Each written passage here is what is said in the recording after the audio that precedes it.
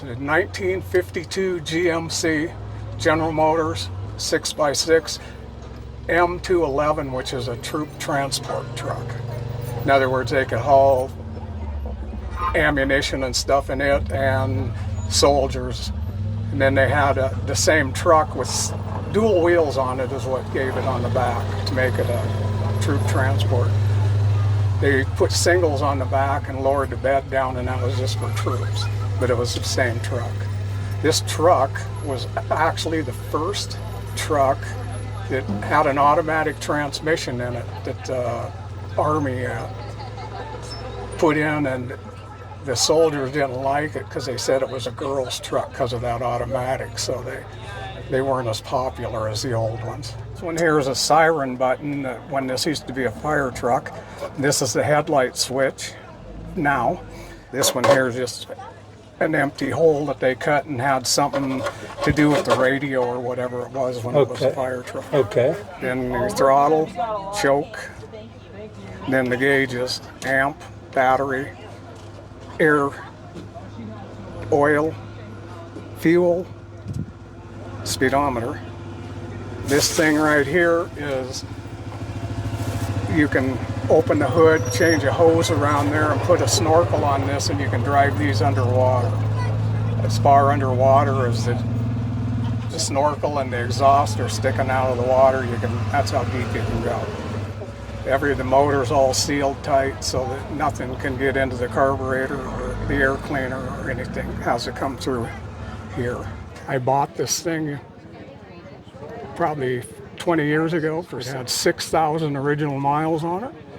It came out of a fire department in Idaho where it had been part of some kind of a government program where they loaned them out, and they just ended up giving it to them, so it spent all its life inside a building and only got 6,000 miles on it but they used this through Korea and part of Vietnam. Canada liked them so well, they used them up until the 80s. And I was looking for a horse when I found this, and just lucky, the two kids that bought it needed some money, and I bought it from them for $600. I think I got it insured somewhere for around $18,000. That's what the insurance company told me to put on it, so for a replacement value.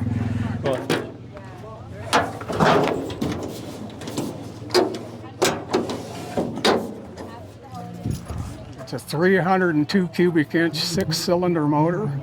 You can see by the carburetor up there that it's totally watertight. Like I was talking on the snorkel inside, this truck can go totally submerged.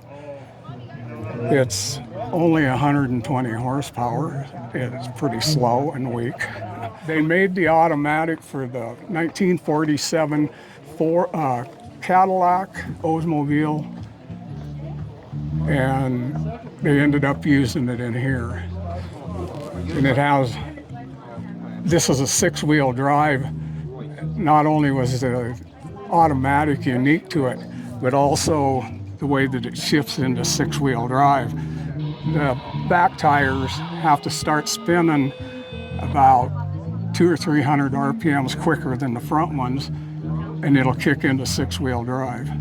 And when you want to go back to just having the back tires turn, you just back up a few feet, and then you just reverse the operation. If you're backing up and spin out, it'll kick it into 6-wheel drive that way.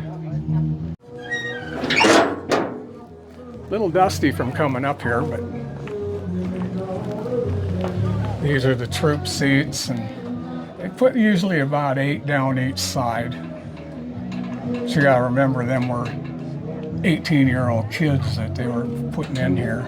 My dad, when I was a little kid, living in Montana, the company he was working for in the woods had a bunch of the earlier ones, the CCKWs from World War II, that they had made into logging trucks.